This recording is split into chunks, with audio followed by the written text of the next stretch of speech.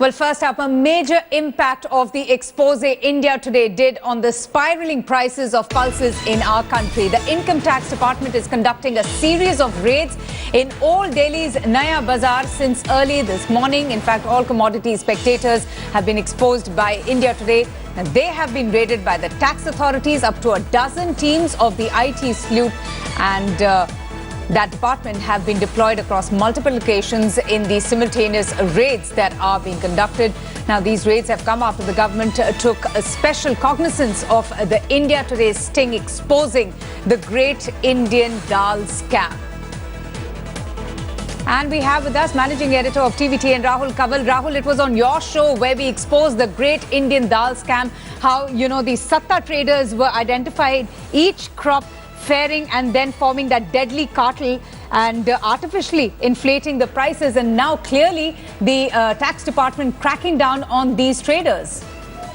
Since early this morning, Avantika, we've been getting calls from different commodity brokers telling us that there's been a raid in Naya Bazaar and other places where these commodity houses are based. We weren't immediately able to ascertain, because of the secrecy involved, which investigating agency was involved in the raid. But India Today is now in a position to confirm that the Income Tax Department is conducting multiple searches across the capital in some of the enterprises of the biggest commodity traders in the country. And these raids are on the back of the India Today expose on the Great Indian Dal scam, where we exposed how a bunch of commodity traders were manipulating the prices of pulses irrespective of the actual production in the market. That's something the government took a very serious note of.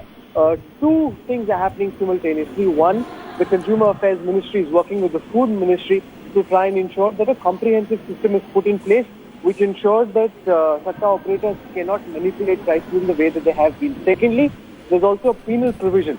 So those who are being exposed, and remember, it's not just the India Today expose, they claim that they've also looked at this problem by themselves, looked at several other houses which are beyond the purview of what we'd exposed, and are conducting a comprehensive raid, using the India Today expose as a prop, looking at that problem, and now going out and carrying out these raids. Right. Now, I think the critical thing here, Avantika, is that the government is sending out a message to these operators. They've operated with clear abandon all this while, that this is something that is not acceptable. You need to stop this. Absolutely. And Rahul, if you could also just, in a nutshell, just explain to us the modus operandi that was being followed by these traders, because the Indian Dal scam indeed was a huge eye-opener for the nation. Oh, absolutely. This year we looked at the prices of arhar as an example. In the first step, these operators established that the arhar production was likely to fall below the annual average. And as a consequence, all the arhar that was available internationally in the four major arhar producing markets, 3 countries in Africa and then also in Myanmar. These people went there to the big producers, they bought all the arhar and then they stockpiled it. They let it pile up at the ports in these countries, and they also put it into ships, but instead of sending those ships back to India straight away, the ships kept using a circuitous route.